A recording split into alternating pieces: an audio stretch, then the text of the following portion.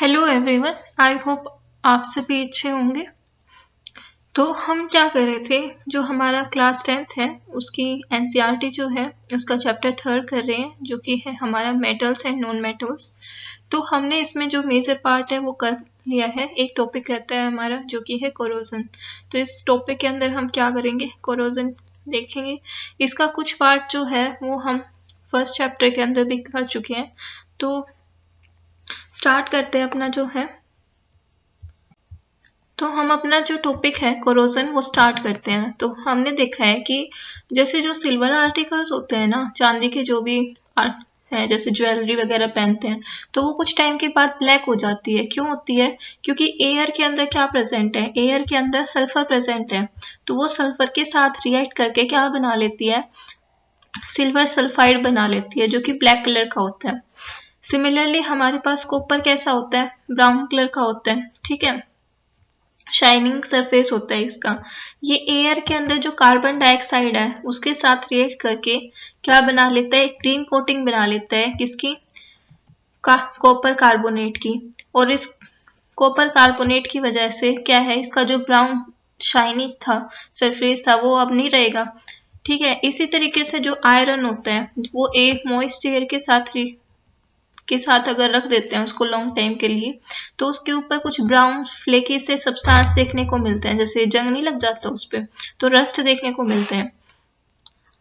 तो ये क्या है, ये हमारे पास कुछ एग्जांपल्स दे रखे हैं, कुछ जहाँ पे हम क्या ऑब्जर्व कर सकते हैं, कोरोजन देख सकते हैं। कोरोजन का मतलब क्या है कि जो नेचर है मेटल का वो क्या हो रहा है, डिटोरेट हो रहा है, उसकी जो क्वालिटी है वो खराब हो रही है, पहले जैसी नहीं रही है। अब हमें क्या देखना है कि ऐसी कौन सी कंडीशंस होती हैं जिसके अंदर आयरन है वो रस्टिंग शो करता है। तो इसके अंदर हम 3 टेस्ट ट्यूब ले लेते हैं, यहाँ पे ए बी सी, और यहाँ पे कॉर्क डाल देते हैं। कॉर्क जो है वो क्या करती है, जो कॉन्टैक्ट है ना आउटर एयर से, तो वो प्रिवेंट कर सकती है। तो इसके अंदर हमने क्या ले लिया, पहले के अंदर हमने आयरन नेल्स ले ली, कुछ वाटर ले लिया और कुछ क्या ले ली, इसमें एयर ले ली। सेकंड केस में हमने क्या ले लिया, एयर ले ली, लेकिन यहाँ पे हमने एक लेयर ले ली है, किसकी? ऑयल की। ऑयल की लेयर क्या करती है, जो एयर है उसको, अब जो एयर है वो इस आयरन के साथ रिएक्ट नहीं कर पाएगी। और तीसरे केस में हमने ड्राई एयर ले रखी है। ठीक है, और यहाँ पे एनहाइड्रस कैल्शियम क्लोराइड ले रखा है, ये एक ड्राइंग एजेंट है।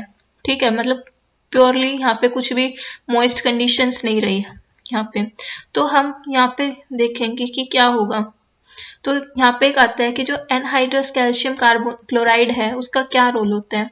तो वो क्या करता है, जितना भी मॉइस्चर होता है ना उसको एब्जॉर्ब करता है। तो हमारा जो ये अपरेटस होगा ना, ये बिल्कुल ड्राई होगा। तो कुछ दिन के बाद हमें ऑब्जर्व करना है इसके अंदर कि क्या ऑब्जर्व होता है। तो हमने देखा कि जो आयरन नेल्स है ना वो रस्टिंग शो कर रही है टेस्ट ट्यूब ए के अंदर। यहाँ पे देखो ब्राउन कलर का दिख रहा है ना, तो ये रस्टिंग हो गई यहाँ पे आयरन की। जबकि बी और सी टेस्ट ट्यूब के अंदर कोई भी रस्टिंग नहीं हुई है। ठीक है, तो फर्स्ट टेस्ट ट्यूब के अंदर क्या था, एयर भी थी, ठीक है, और वाटर भी था। लेकिन बी के अंदर क्या है, वाटर तो है हमारे पास लेकिन कोई भी एयर नहीं है, क्योंकि जो हमने यहाँ पे एक लेयर लगा रखी है ऑयल की। ठीक है, और सी टेस्ट ट्यूब के अंदर ड्राई कंडीशंस है, ड्राई एयर है। तो इसका मतलब क्या चाहिए हमारे पास, हमें मॉइस्ट एयर चाहिए ना। ठीक है, तो ये कंडीशंस हो गई कि क्या चाहिए हमें रस्टिंग ऑफ आयरन के लिए। तो एयर चाहिए, मॉइस्ट एयर चाहिए। सेकंड कुछ ना कुछ, जैसे वाटर भी कह सकते हैं, मॉइस्चर चाहिए। ठीक है, इन शॉर्ट। अब आता है कि हम प्रिवेंशन कैसे कर सकते हैं कोरोजन से। तो जो आयरन की रस्टिंग है ना उसके लिए हमने अलग अलग देखा होगा कि हम क्या कर लेते हैं, जो आयरन के आर्टिकल्स हैं उसको पेंट कर लेते हैं, या फिर उनके ऊपर ऑयल लिंक कर देते हैं, ऑयल से उसको ल्यूब्रिकेट करके रखते हैं, ग्रीसिंग करते हैं, गैल्वेनाइजेशन करते हैं। ठीक है, इसके अलावा क्रोम प्लेटिंग कर सकते हैं, एनोडाइजिंग कर सकते हैं, या फिर एलोएस बना सकते हैं। तो ये कुछ मेथड्स हैं जिससे हम क्या कर सकते हैं, आयरन की जो रस्टिंग है उसको प्रिवेंट कर सकते हैं। तो इसमें क्या है कि यहाँ पर देखो गैल्वेनाइजेशन की बात है। तो गैल्वेनाइजेशन क्या होते हैं, इसके अंदर क्या होता है, जो भी हमारा स्टील है या फिर आयरन है उसको हम प्रिवेंट करते हैं रस्टिंग से। कैसे कर देंगे कि ये हमारा जैसे आयरन आर्टिकल है, इस आयरन आर्टिकल के ऊपर हम क्या है यहाँ पे एक लेयर चढ़ा देते हैं किसकी, जिंक की, जो इसको किससे प्रोटेक्ट करेगा,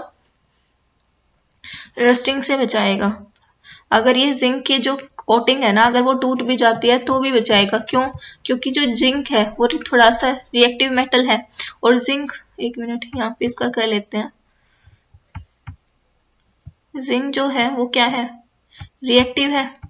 इसके लिए मैं लिख देती हूँ रिएक्टिव है। तो क्या करेगा ये ऑक्सीजन के साथ रिएक्ट करेगा, ठीक है। ये एटमॉस्फेयर के अंदर जो भी ऑक्सीजन है उसके साथ रिएक्ट करके क्या बना लेगा, एक लेयर बना लेगा किसकी, जिंक ऑक्साइड की। और ये जिंक ऑक्साइड की जो लेयर है वो इसको प्रिवेंट करेगी फर्दर कोरोजन से, ठीक है। तो ये इसका एक रीजन हो गया। सेकंड है एलोइंग। एलोइंग भी एक मेथड होता है जिसके अंदर हम क्या है, किसी भी मेटल है उसकी जो प्रॉपर्टीज है उनको इम्प्रूव कर सकते हैं। हम डिजायर्ड जो हम चाहिए है ना प्रॉपर्टीज, वो किसी भी मेथड्स, मतलब किसी भी मेटल को दे सकते हैं इस तरीके से। इसमें जैसे सबसे ज्यादा जो यूज करते हैं वो हम क्या यूज करते हैं, आयरन यूज करते हैं। लेकिन ये कभी भी एलोइंग जो की जाती है ना, ये कभी भी प्योर स्टेट के अंदर नहीं होता, क्योंकि जो प्योर आयरन होता है ना वो कभी नहीं लेते हम इसके अंदर, क्योंकि जो प्योर आयरन होगा ना वो बहुत ज्यादा क्या होता है, सॉफ्ट होता है।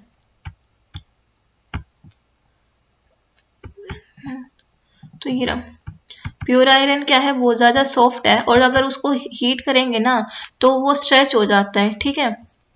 लेकिन अगर उसके अंदर, आयरन के अंदर, सॉफ्ट आयरन के अंदर हम कुछ अमाउंट में कार्बन डाल दें, कितना, अबाउट 0.05%, तो ये हार्ड हो जाएगा और स्ट्रोंग हो जाएगा।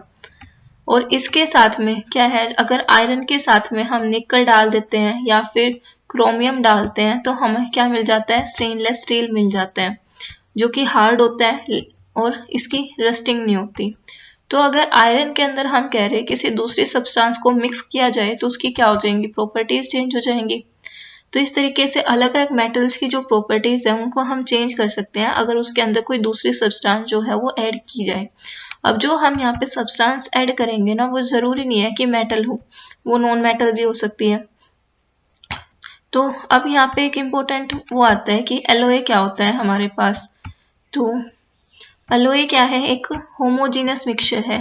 होमोजीनस का मिक्सचर का मतलब क्या है, देखो मिक्सचर का मतलब क्या है कि इसके अंदर सिर्फ ये नहीं है कि एक ही सब्सटेंस है, इसके अंदर दो या दो से ज्यादा अलग अलग सब्सटेंसेस प्रेजेंट होंगी। और होमोजीनस का मतलब क्या है, उनकी सेम कंसेंट्रेशन होगी, ठीक है। दो, तो ये दो या दो से ज्यादा मेटल हो सकते हैं, या फिर कोई एक मेटल होगा दूसरा नॉन मेटल होगा। तो इसके अंदर क्या करते हैं, सबसे पहले एलोइंग कैसे करते हैं, सबसे पहले हमारा जो प्राइमरी मेटल है, जैसे कि आयरन के अंदर किया था, आयरन के अंदर कौन सा हो जाएगा, जब आयरन के अंदर करवा रहे थे एलोइंग तो आयरन था तो उसको मेल्ट कर लिया जाएगा। फिर उस दूसरे मेटल जो है उनको भी क्या है, डिसोल्व कर दिया जाएगा एक पर्टिकुलर प्रोपोर्शन के अंदर, कितनी लेनी, जैसे यहाँ पे कहा ना हमने कि सॉफ्ट आयरन के अंदर हम कार्बन ऐड कर रहे हैं कितना, 0.05%। तो सेम ऐसे ही है, तो पहले आयरन को पिघला लिया, फिर उसके अंदर जो दूसरा एलिमेंट है जैसे कि यहाँ पे कार्बन ले रहे थे वो ऐड कर लिया एक डेफिनेट प्रोपोर्शन के अंदर, फिर उसको कूल करवा दिया। तो कूल करवा देंगे रूम टेम्परेचर पे, तो वो क्या है, हमारे पास एलॉय बन जाता है।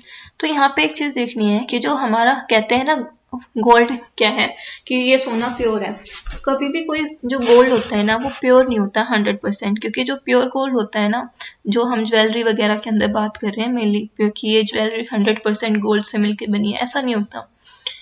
जो प्योर गोल्ड होता है इसको हम बोलते हैं 24 कैरेट का गोल्ड है, और ये बहुत ज्यादा सॉफ्ट होता है, ठीक है। तो इससे ज्वेलरी बनी नहीं सकती।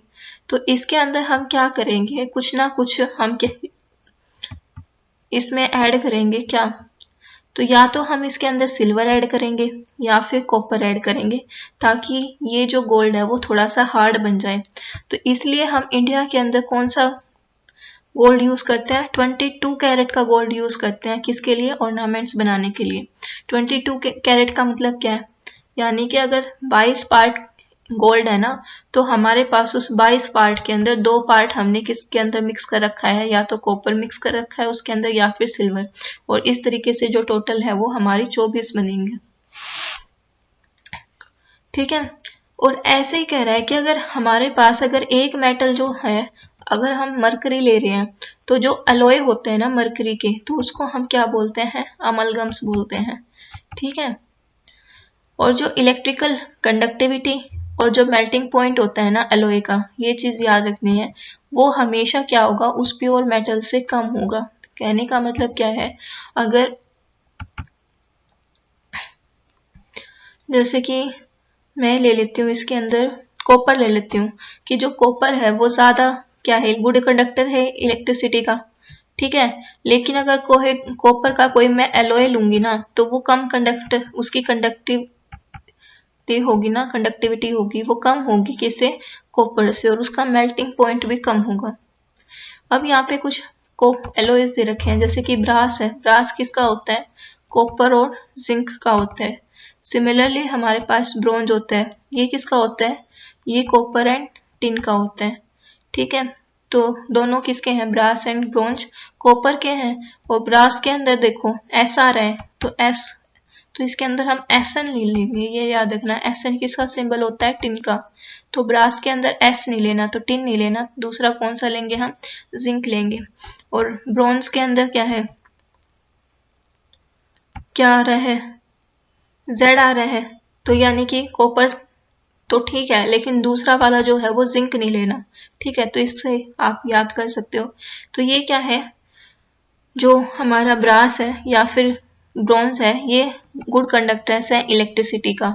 और हमें तो पता है, जबकि कॉपर को तो हम इनफैक्ट यूज करते हैं ना सर्किट वगैरह बनाने के लिए।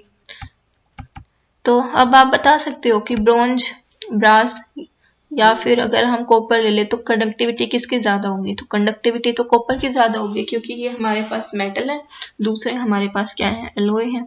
इसी तरीके से हमारे पास एक और वो दे रखा है यहाँ पे एलॉय, जो कि है सोल्डर। तो ये किसका होता है, इसके अंदर लेड होता है और टिन होता है। ठीक है। तो इसका जो है सोल्डर जो होता है, इसका मेल्टिंग पॉइंट बहुत कम होता है। तो इसको मेल्टिंग पॉइंट कम है, तो इससे क्या करवाई जा सकती है, इसको जो इलेक्ट्रिक वायर्स की वेल्डिंग करवाते हैं ना, तो इस वहां पे इसको यूज किया जाता है। फिर आता है कि हमने जैसे दिल्ली के अंदर अगर हम देखें कुतुब मीनार है, कुतुब मीनार के अंदर एक क्या है, एक आयरन पिलर है। ठीक है। तो 1600 सालों से पहले का, ईयर्स पहले बना हुआ है। तो अगर हम इसके अंदर देखें ना, आज तक इसके ऊपर, इस पिलर के ऊपर क्या है, जंग नहीं लगा है, रस्टिंग नहीं हुई है। ठीक है। तो हम यहाँ पे देख सकते हैं कि ऐसा कुछ ना कुछ ऐसा मटेरियल यहाँ पे यूज किया होगा जो कि रस्टिंग नहीं करवा रहा। ठीक है, रस्ट से रेजिस्टेंस है। तो यहाँ पे देखा है साइंटिस्ट ने, और इसमें कहा गया है कि जो आयरन पिलर है ना, ये 8 मीटर है हाइट के अंदर, और इसका जो वेट है वो कितना है, 6 टन है, 6000 किलो का है ये लगभग। तो इतना जो है वो हम सब देख चुके हैं कि कैसे कोरोजन होता है, कैसे उसको अलग अलग मेथड से प्रिवेंट किया जा सकता है। इंडियन मेटलर्जी के अंदर देख ली कि हमारी जो पुरानी एंशियंट इंडियन हिस्ट्री है, उसके अंदर कितना एक अच्छा परफेक्ट एग्जाम्पल है कि जहाँ पे इतने अच्छे अच्छे मोन्यूमेंट्स बनाए गए हैं। तो अब आगे स्टार्ट करते हैं। अब क्वेश्चंस आते हैं कि यहाँ पे हमारे पास क्या दे रखे हैं, मेटलिक ऑक्साइड्स दे रखे हैं, जैसे जिंक का दे रखा है, मैग्नीशियम का दे रखा है, कॉपर का दे रखा है। और इन ऑक्साइड्स को क्या है, हीट किया गया है अलग अलग फॉलोइंग मेटल्स के साथ। तो हमें क्या बताना है कि डिस्प्लेसमेंट रिएक्शन किस में होगी। देखो, जिंक ऑक्साइड को अगर जिंक के साथ रिएक्ट करेंगे तो कुछ होगा, नहीं होगा। ठीक है। कब डिस्प्लेसमेंट रिएक्शन होगी, जब उससे जो ऊपर वाला है वो आके उसको नीचे वाले को डिस्प्लेस करेगा। तो हमने रिएक्टिविटी सीरीज की थी, केदारनाथ का माली आलू जरा फीके पकाता है, तो पीबी। फिर है, फिर कौन है,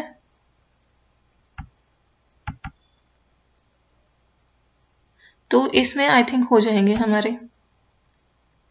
तो यहाँ पे देखो, मैग्नीशियम क्या जिंक से ऊपर है, तो मैग्नीशियम ये रहा, जिंक ये रहा। तो जो ऊपर वाला है वो नीचे वाले को डिस्प्लेस कर सकते हैं, तो मैग्नीशियम जो है वो किसको रिप्लेस कर देगा, जिंक ऑक्साइड को में से ऑक्सीजन अपने साथ लेके क्या बना देगा, MgO बना देगा। तो ये हो सकता है। कॉपर करेगा, तो ये देखो कॉपर जो है वो जिंक के ऊपर है या नहीं, तो जिंक यहाँ पे है हमारा, कॉपर यहाँ पे है, तो नहीं कर पाएगा, तो ये नहीं होगा। फिर देखो मैग्नीशियम ऑक्साइड ले लिया, मैग्नीशियम ऑक्साइड से ऊपर है क्या जिंक, नहीं है, नीचे है, तो ये भी नहीं करवा पाएगा। फिर देखो मैग्नीशियम ऑक्साइड मैग्नीशियम के साथ तो डिस्प्लेसमेंट रिएक्शन हो नहीं सकती। फिर कॉपर, कॉपर के साथ भी नहीं करेगा क्योंकि कॉपर जो है वो मैग्नीशियम से नीचे है। फिर देखो कॉपर ऑक्साइड है, कॉपर ऑक्साइड का है, कॉपर का यहाँ है, तो जिंक देखो जिंक इससे ऊपर है, तो ये इसको डिस्प्लेस कर देगा। सेकंड केस में मैग्नीशियम है, मैग्नीशियम और भी ऊपर है, तो ये भी इसी कर देगा। कॉपर जो है कॉपर ऑक्साइड के साथ डिस्प्लेसमेंट रिएक्शन नहीं शो कर सकता। तो ये हो गया हमारा। फिर आता है कि जो मेटल्स होते हैं वो इसलिए कोरोड नहीं होते, इसका रीजन बताना है कि सॉरी कौन से मेटल्स हैं जो इसलिए कोरोड नहीं होते, जो लेस रिएक्टिव होते हैं हमारे। तो जैसे कि गोल्ड है, ठीक है, इसके अलावा प्लेटिनम है, तो ये इतनी जल्दी कोरोड नहीं होंगे। इसके अलावा अगर हम एजी सिल्वर भी कह सकते हैं। हाउएवर हमने कहा कि जो सिल्वर है वो एयर के अंदर सिल्वर के साथ रिएक्ट करके ब्लैक हो जाता है, लेकिन इतना जल्दी कोरोड नहीं होता। फिर आता है एलोइस। तो एलोइस हम क्या कर चुके हैं कि होमोजीनियस मिक्सचर होता है दो या दो से ज्यादा मेटल का, या फिर एक मेटल हो और नॉन मेटल हो, ठीक है, जिनकी फिजिकल प्रॉपर्टी जो है वो हमने चेंज कर रखी हो। तो इसके अंदर फिर एग्जांपल बता देंगे कुछ एलोइस की, जैसे कि सोल्डर आ जाएगा इसके अंदर, फिर जैसे ब्रास आ जाएगा, फिर ब्रॉन्ज कह सकते हैं हम। और फिर ये बता देना कि जो इलेक्ट्रिकल कंडक्टिविटी और जो मेल्टिंग पॉइंट होता है एलोइस का वो कम होता है किससे, उनके रिस्पेक्टिव मेटल से। तो ये इतना था। Thank you so much. I hope आपको ये सब समझ आ गया होगा। इसी के साथ हमारा ये चैप्टर जो है थर्ड ये कंप्लीट होता है। बैक एक्सरसाइज रहती है वो हम एक सेपरेट वीडियो के अंदर कर लेंगे।